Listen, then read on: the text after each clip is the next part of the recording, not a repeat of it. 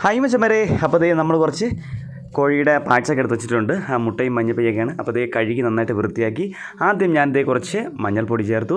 അതുപോയിട്ട് ഞങ്ങൾ കുറച്ച് ദേ ഉപ്പ് കലക്കി ചേർത്തിട്ടുണ്ട്. ഞങ്ങളുടെ പൊടി ഉപ്പ് ഉപയോഗിക്കാറില്ല. അതുപോലെ തന്നെ ഇഞ്ചി വെളുത്തുള്ളി പേസ്റ്റ് ദേ നന്നായിട്ട് നമ്മൾ മിക്സിയിൽ അരച്ച് ദേ ഇതിൽ ചേർക്കുന്നുണ്ട്. ഇനി നന്നായിട്ടൊന്ന് നമുക്കിതൊന്ന് മിക്സ് ചെയ്തതിന് ശേഷം നമുക്കിതേ നമ്മളെ സ്റ്റൗ റെഡിയാക്കാനുണ്ട്. അപ്പോൾ ദേ ഞാൻ സ്റ്റൗവിലേക്ക് അടുത്തിനി സ്റ്റൗ ഒന്ന് കത്തിക്കാൻ പോവുകയാണ്.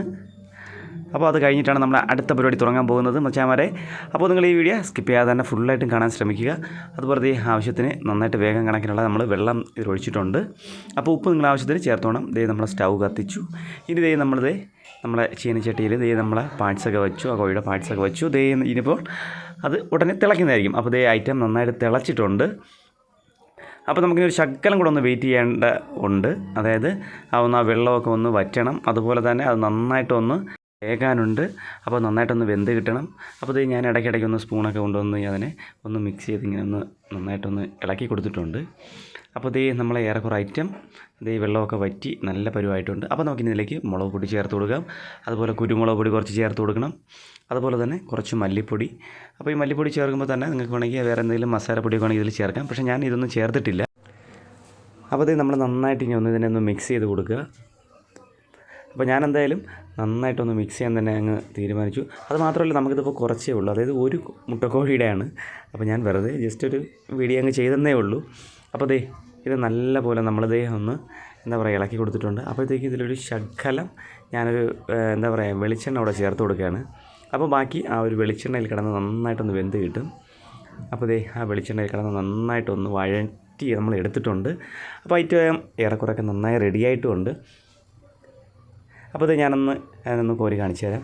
അതായത് ആ ഒരു മുട്ടയൊക്കെ അങ്ങനെ കിടക്കുന്ന കാണുമ്പോൾ തന്നെ ഭയങ്കര രസമാണ്. അപ്പോൾ ഇത് ഞാനിപ്പോൾ ഒന്ന് കോരി കാണിച്ചു തരാം. അതായത് ഏറെക്കുറെ നമ്മൾ ഐറ്റമൊക്കെ നന്നായിട്ട് വെന്തിട്ടുണ്ട്.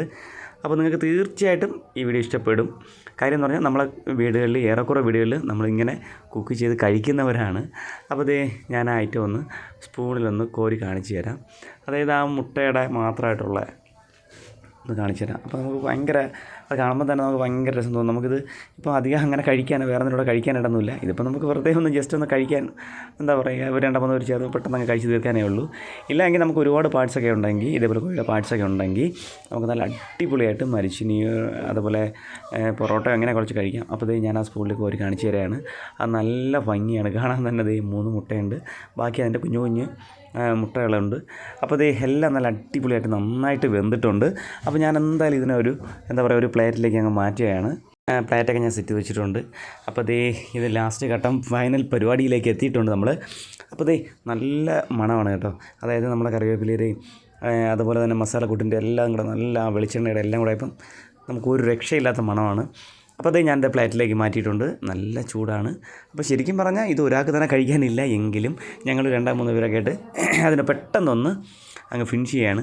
അപ്പോൾ എല്ലാവരും എന്നെ വെയിറ്റ് ചെയ്തിരിക്കുകയാണ്. കാര്യം ഈ ഒരു വീഡിയോ പിടിച്ച് കഴിഞ്ഞിട്ട് വേണം അവർക്ക് ഇതൊക്കെ ഒന്ന് കഴിക്കാൻ. അപ്പോൾ മച്ചാൻ വരെ ഈ വീഡിയോ ഇഷ്ടമായാൽ തീർച്ചയായിട്ടും സപ്പോർട്ട് ചെയ്യുക. ഇതൊരു കിടക്കാഴ്ച വീഡിയോ ആയിട്ട് കാണാം. ബൈ.